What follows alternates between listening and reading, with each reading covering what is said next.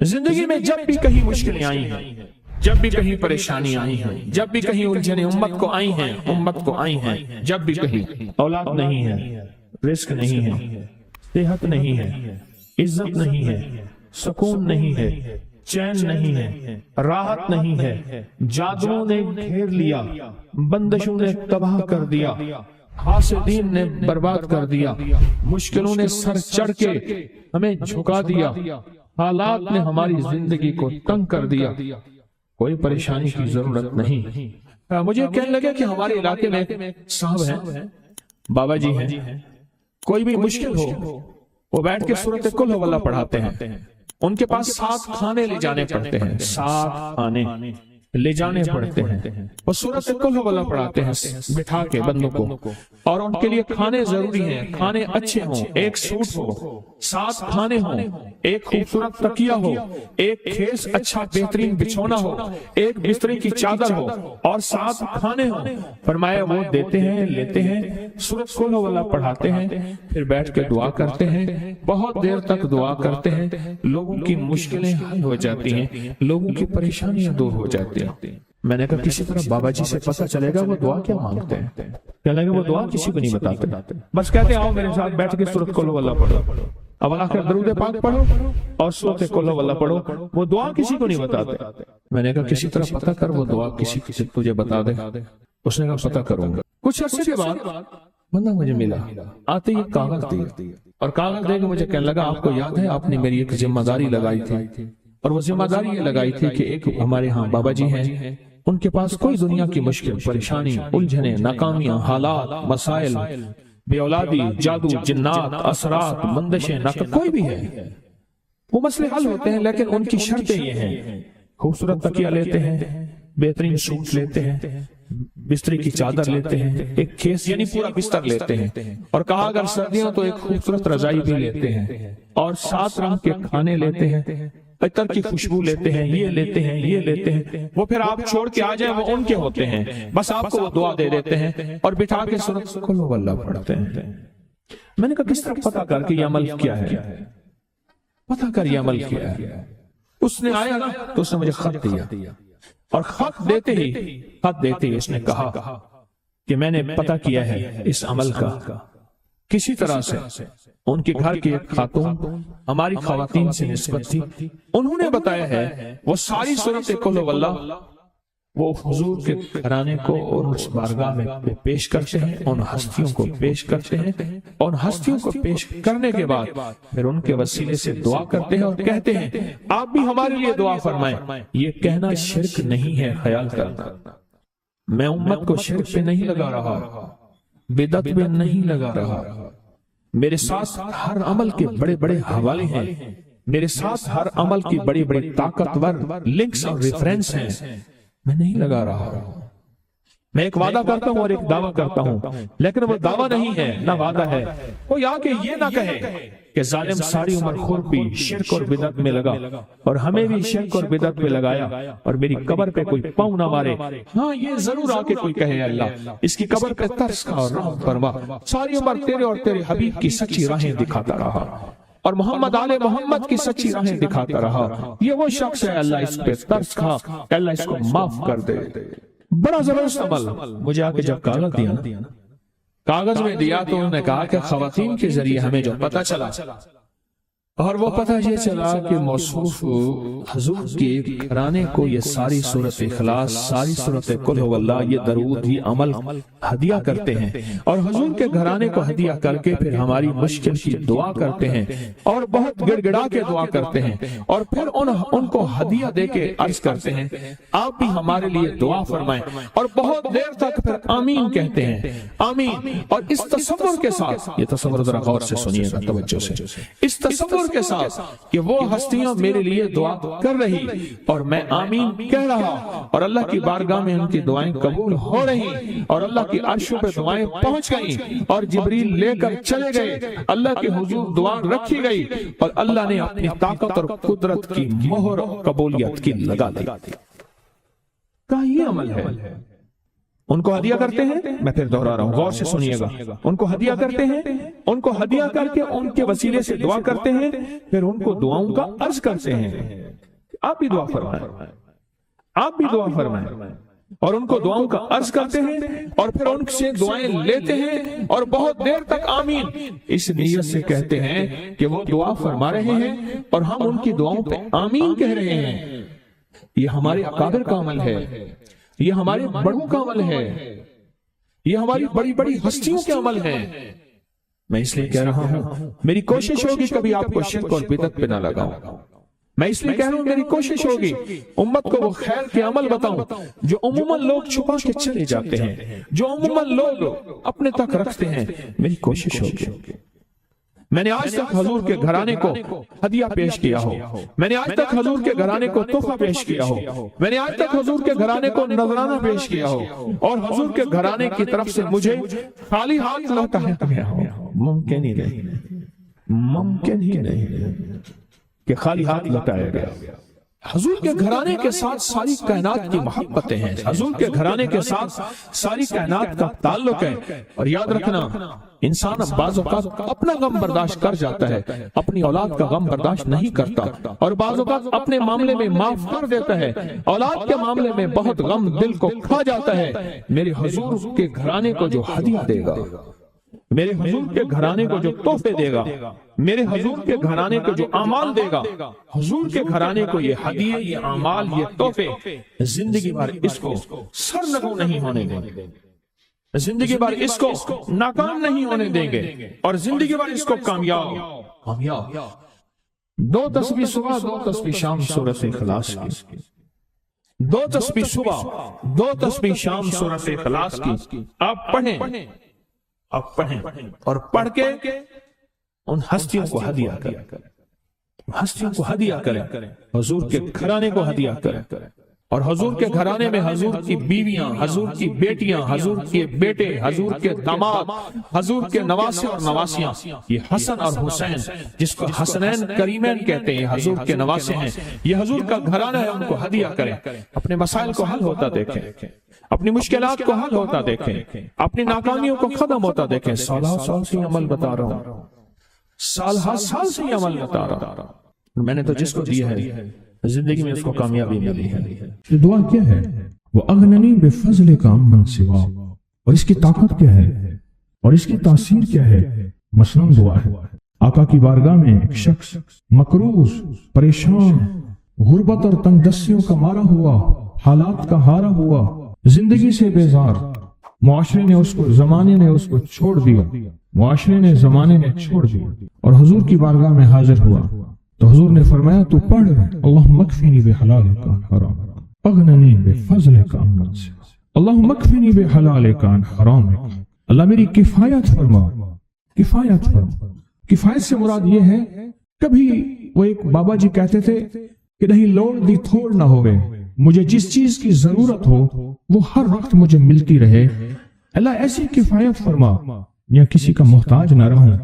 ایسی کفایت فرما، میں عاجز نہ بنوں، ایسی کفایت فرما، ایک ایک چیز کو ترستا نہ رہوں، اللہم اکفنی بحلالک عن حرامک، پر کفایت کرنے میں میرے ساتھ حلال کے معاملے کرنا تیری تقسیم ہے، تیری ترتیب ہے، اللہ مجھے حلال بھی چاہیے، ایسا چاہیے جس میں وسعت ہو، اور ایسا چاہیے جس میں برکت ہو، اور ایسا چاہیے جو میری ساری ضرورتوں کی کفایت کرتے، ساری ضرورتوں کی کفایت کرتے۔ میرے پاس وہ حال نہیں چاہیے کہ آج ایک چیز ہے دوسری نہیں ہے، دوسری ہے تیسری نہیں ہے۔ ایک صاحب کے پاس ایجنسی تھی، کہنے لگے ایک دفعہ میاں بیوی ہم روٹی کھا رہے تھے، ایک ٹھنڈا سانس نکلا بیوی کا، میں نے کہا کیا ہوا؟ کہنے لگے کہ جب میدا ٹھیک تھا تو کھانا نہیں تھا، اب بیماریاں روگ لگ گئے ہیں، کھانے لاجواب ہیں، اس وقت غربت تھی، تنگ دستی تھی، دل چاہتا تھا کھانے کو، طبیعت چاہتی تھی راحت کو، اب وہ نہیں ہے۔ اور جب سے یہ دعا پڑی ہے پھر رب نے وسعت کے دروازے کھولے۔ اس نے ایک وہ ایجنسی لی تھی جو کوئی نہیں لیتا تھا، بالکل کوئی ایسا ادارہ تھا جس کا سارا نظام ختم ہو چکا تھا، وہ ایجنسی لی، کوئی نہیں لیتا تھا، اس نے لے لی، سستی ملتی تھی، لیکن اس کے ساتھ قدرت کی طاقت تھی، قدرت کی قوت تھی، اللہ کا نظام اس کے ساتھ تھا، اللہ کا نظام اس کے ساتھ تھا۔